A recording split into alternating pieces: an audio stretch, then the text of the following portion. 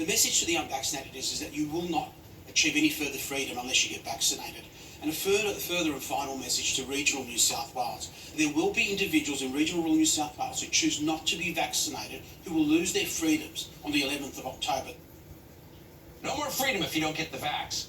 But they will arrest you for being outside smoking a cigarette a block from your home without a mask and not even ask you whether you've been vaccinated.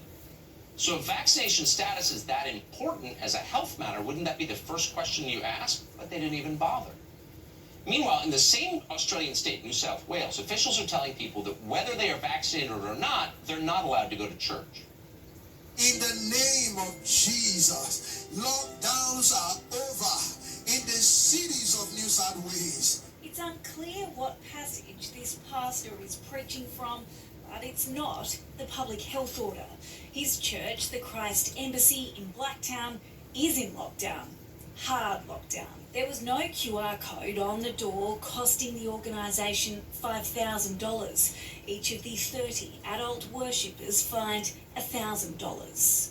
Whether it's a soccer match, whether it's a church service, it doesn't matter. You cannot gather as they did at Blacktown. Oh, so you have to get vaccinated to have any of your freedoms, but even if you are vaccinated, you're not allowed to go to church. So what is the point of vaccination? Why did the federal government in Australia lock everybody down if there's no actual way to stop the lockdowns? Here's the kicker. Why do they want open borders in Western Australia? Listen to this woman talk about the New World Order right out front. Not even trying to hide Satan anymore. One official, the state's health officer, explained it out loud. Watch. We will be looking at what contact tracing looks like in the New World Order.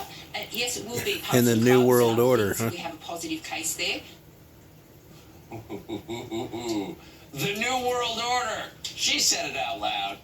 This is a really interesting story, what's happening in Australia and what it means for the rest of the Anglosphere, very much including us. And maybe that's why globally most media organizations have refused to cover it.